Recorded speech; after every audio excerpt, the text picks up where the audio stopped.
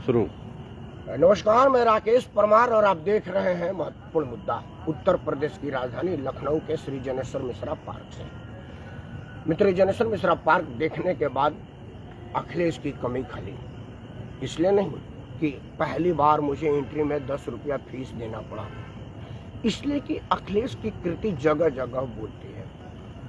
हम सब लोगों को इस बात पर एक बार विचार करना पड़ेगा कि वर्तमान भारतीय जनता पार्टी की नरेंद्र मोदी वाली सरकार अगर कफन में पैसा ले और दफन में ना ले तो आप उनके वो हिंदू मुस्लिम वाला एंगल से भी देख सकते हैं, आपको अधिकार है। दूसरा, मैं आपसे ये कह रहा हूँ कि अगर विकास पर बात हो, विशेषता पर बात हो, तो क्या हम तुलना करें?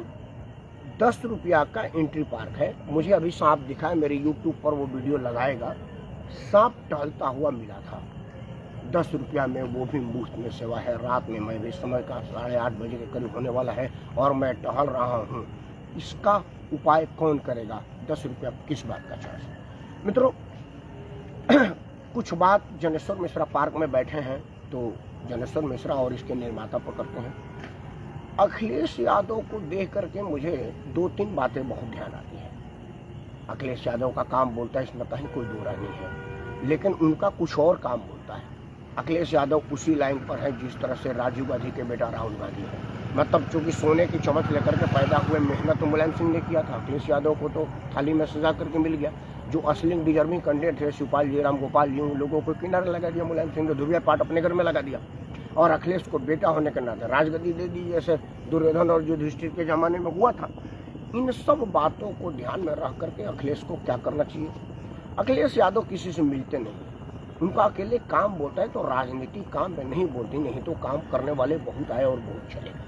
जिस तरह से अजीत सिंह कंप्यूटर इंजीनियर का इंजीनियर को वो नहीं संभाल सके क्योंकि चरण सिंह सबको गले लगाते थे, सबको मिलते थे। वही बात अखिलेश यादव में है। दूसरा, राहुल गांधी में वही हाल है, वही अब उनके बेटा जयंत चौधरी में है। तो अगर अखिलेश यादव अपने पिताजी की 2-3 बुराइयों जैसे मुस्लिम तुष्टीकरण और गुंडा को गले लगाना छोड़ दें तो मैं नहीं समझता कि योगी के मुकाबले में उनसे ज्यादा कारगर, कामयाब और समझदार कोई आदमी होगा। हालांकि अखिलेश यादव ने जब राजनीति की शुरुआत की थी तो डीपी यादव को सार्वजनिक पार्टी में लेने के उनके चाचा के मांग को सार्वजनिक ठुकरा दिया था।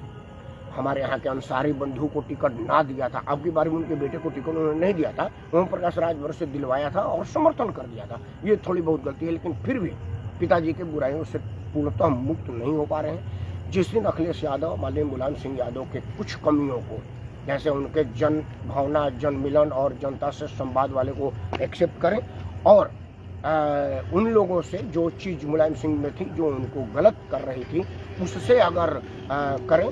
दूसरा ये है कि ये आपके सामने ये जा रही है गाड़ी। मित्रों, ये गाड़ी पहले नहीं थी, पार्क में घुमाने का ये 300 रुपया लेती है। मैं नहीं समझ पा रहा हूँ कि ये सरकार खाने पीने से लेकर के सत्य सनातन में मरने और अंतिम क्रिया तक भी पैसा ले रही है, तो पैसे का क्या कर रही है?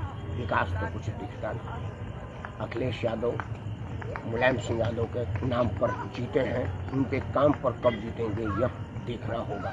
जनेश्वर मिश्रा पार्क में अगर आप एक बार घूम लेंगे तो मैं समझता हूं कि आप अखिलेश के पक्के भक्त हो जाएंगे, क्योंकि उनका काम बोल रहा है। मेरे ख्याल से 370-80 गज में, एकड़ में फैला हुआ यह पार्क अपने आप में भव्यता का निशान है। पीपल के जितने पेड़ यहाँ लगे हुए हैं पर्यावरण के लिए, कुछ इस ऐसे पेड़ लगे हैं जो भारत में विलुप्त के प्रजाति में है। जैसे चीता विलुप्त हो गया था और चीता को विदेश से मंगाना पड़ा, उसी तरह का सोच अखिलेश यादव को पर्यावरण पे था।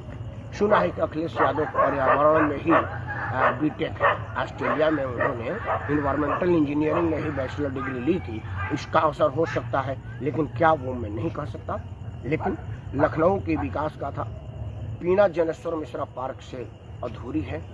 जनेश्वर मिश्रा के साथ एक बात और जुड़ा हुआ है कि जनेश्वर मिश्रा हमारे बलिया जिला के ही रहने वाले थे और मेरे और घर और उनके घर, जो गांव में हम लोग का घर है, उसमें थोड़े ही दूरी है, बहुत दूरी नहीं थी। हालांकि दिलों में बड़ा दूरी था। जनेश्वर मिश्रा बलिया से कभी राजनीति नहीं कर पाए क्योंकि श्रद्धेय चंद्रशेखर जी, उसके पहले मंगल सिंह जी, मैनेजर सिंह और बहुत सारे लोग थे, इसलिए उनको अपना कार्य क्षेत्र प्रयागराज बदलना पड़ा। लेकिन फिर भी जन्मभूमि तो हमारा ही थी। और जन्मभूमि के हमारे यहाँ के पूज्य ब्राह्मण को प्रणाम करते हुए आज फेसबुक लाइव के माध्यम से अपने दर्द बयां कर रहा हूँ कि अगर काम बोलता है तो आपका नाम क्यों नहीं होता। जनेश्वर मिश्रा पार्क से मैं राकेश परमार आपको बहुत बहुत धन्यवाद देता हूँ। धन्यवाद, नमस्कार। एक बार आपको भव्यता दिखा रहा हूँ। ये जनेश्वर मिश्रा पार्क की भव्यता है और मथुरा नरेश चौधरी, जगदीश नोहवारी। जगदीश जी, आप भी तो समाजवादी पार्टी के सक्रिय सदस्य रहे हैं, अब आप शिवपाल जी के खेमे में चले गए हैं। आपको कैसा लगता है अखिलेश, शिवपाल जी और जरा अपने विषय अपनी अनुभव बताइए। देखिए, एज ए इंसान तो शिवपाल जी का कोई मुकाबला नहीं, और एज ए काम करने वाला मुख्यमंत्री और डेवलपमेंट मुख्यमंत्री के नाम पे अखिलेश का कोई मुकाबला नहीं है पूरे देश में। क्योंकि आप देखें, आप सवेरे चले तो मायावती जी ने यमुना एक्सप्रेसवे बनाया और अखिलेश जी ने बनाया लखनऊ एक्सप्रेसवे। लखनऊ एक्सप्रेसवे में आपकी गाड़ी में पानी भर के ग्लास का रख दिया जाए तो पानी नहीं छलकेगा। ये 22 महीने का काम था उनका, 303 किलोमीटर का 22 महीने में बना के दे देना, वो अपने आप में एक पर्याप्त काम है। और ऐसे ही ये जनेश्वर मिश्र पार्क से लेके बहुत से ऐसे काम उन्होंने किए कि जो वास्तव में काबिल तारीफ है। और उनके जैसा मुख्यमंत्री इतना काम करने वाला, लास्ट के 2 साल में ही उन्होंने जितना काम करके दिखाया, और उनको 5 साल और मिल जाता तो शायद प्रदेश की तकदीर और तस्वीर दोनों ही बदल देते हैं। क्या आपको भी लगता है कि अखिलेश यादव और थोड़ा मिलने जुलने लगे, जिस तरह से हमारे मुलायम सिंह शिवपाल जी मिलते हैं, तो अखिलेश यादव एक पक्का मजे हुए नेता बन जाएंगे? देखिए, मैं आपको एक बात बता देता हूँ, हर हिंदुस्तान तो क्या दुनिया का कोई भी आदमी जो सुबह 3 बजे जगता है और रात को 11 बजे सोता है, वही सक्सेस होता है और वो दुनिया में नाम करता है। यही हर सक्सेस आदमी के पीछे सबसे बड़ा लॉजिक है। चाहे नेताजी हों, चाहे शिवपाल जी हों, आप उनको देखोगे सुबह 4 बजे नहा धो के 5 बजे सीट पे मिल जाते हैं, जो फुल पावर में होते हैं, तब की बता रहा हूँ। और अखिलेश जी तो सुबह 9 बजे जिम कर रहे होते हैं और 10:30 बजे से पहले किसी से मिलते नहीं हैं। और अखिलेश जी बड़े से बड़े और मजबूत से मजबूत जमीन के नेता को इग्नोर करके चल देते हैं। वही सबसे बड़ा पतन का कारण है। वही काम चौधरी अजीत सिंह ने किया था, जो जमीन का मजबूत नेता उसी को इग्नोर करा, जो मजबूत नेता उसी को इग्नोर करा। जैसे अजीत सिंह ने जब राष्ट्रीय अध्यक्ष बने थे, चौधरी अजीत सिंह जनता पार्टी के, उस वक्त 14 स्टेटों में सरकार थी जनता पार्टी की और 129 MP थे, जहां जिस स्टेशन पे, जिस एयरपोर्ट पे जाते थे लाखों की भीड़ होती थी।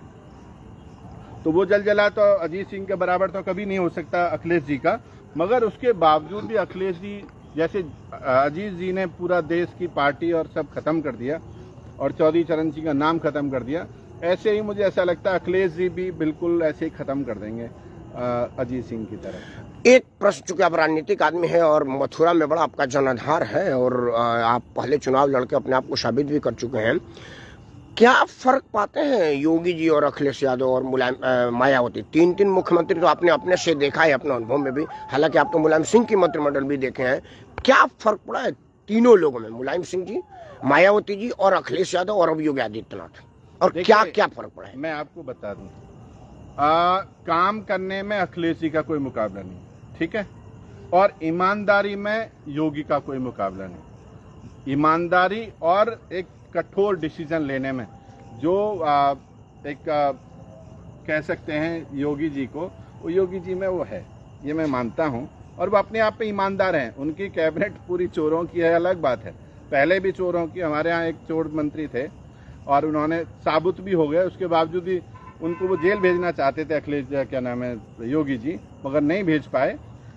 वो जानते भी हैं कि मेरे नीचे का मंत्री सब चोरी करते हैं, पर वो नहीं रोक पा रहे हैं। ये इसका क्या कारण है मैं नहीं जानता, पर योगी जी अपने आप में ईमानदार, इसमें कोई दो राय नहीं। मायावती और मुलायम सिंह यादव, देखिए, मैं उन पर कोई कमेंट्स नहीं करना चाहता, उनको जग जाहिर है, मैं कुछ कहना नहीं चाहता और वो ठीक नहीं है कहना, ठीक है। खैर, भव्यता के साथ चौधरी नौवार जी, जगदीश नौवार, आप माट विधानसभा से हैं, मथुरा आपका कार्यक्षेत्र है और बड़े मजे और सुलझे हुए नेता हैं और हर मामलों में बेबाक राय रखते हैं। लेकिन देखिए, कई बार होता क्या है ना कि आपकी कई बार बेबाकी राजनीतिक रूप से आपको नफा नुकसान पहुंचाती है, और आजकल लोग ना राजनीतिक रूप से ही नफा नुकसान को चर्चा करके अपनी बात रखते हैं। लेकिन यह मैं जरूर कहूंगा अंत में योगी आदित्यनाथ का मुकाबला किसी से नहीं है, भारतीय जनता पार्टी का स्पष्ट निर्णय लेने की मुकाबला किसी से नहीं है, लेकिन ये हर चीज पर टैक्स और हर चीज पर चार्ज करने की जो बीमारी कहेंगे, उससे गरीब आदमी को बचाने का कोई उपाय नहीं। ये आदमी स्वास्थ्य लाभ के लिए टहलने आता था, उस पर भी अब पैसा लग गया है। इसका जितनी भर्त्सना की जाए उतनी, और योगी जी को इसमें सोचना पड़ेगा। तीसरा ये कि सत्य सनातन धर्म में सबसे पवित्र सत्य और अटल सत्य है मौत। मौत पर आपको कफन पर जीएसटी देना पड़ रहा है, लेकिन अगर आप मुसलमान हैं और आपको दफन होना है तो उस पर किसी तरह का चार्ज नहीं है। ये हिंदू मुस्लिम का विभेद मैं नहीं कर रहा हूँ, लेकिन चर्चा तो किया जाना चाहिए, क्योंकि जब चर्चा होगी तो यह अंजाम तक जाएगी, क्योंकि बहस ही यह बात की मांग करता है कि इस पर विचार हो, और विचार ही लोकतंत्र का हथियार है। इन्हीं शब्दों के साथ मैं राकेश परमार, जनसर्विस पार्क लखनऊ से आज के लिए अपनी वाणी को विश्राम देता हूँ। जय हिंद, वंदे मातरम।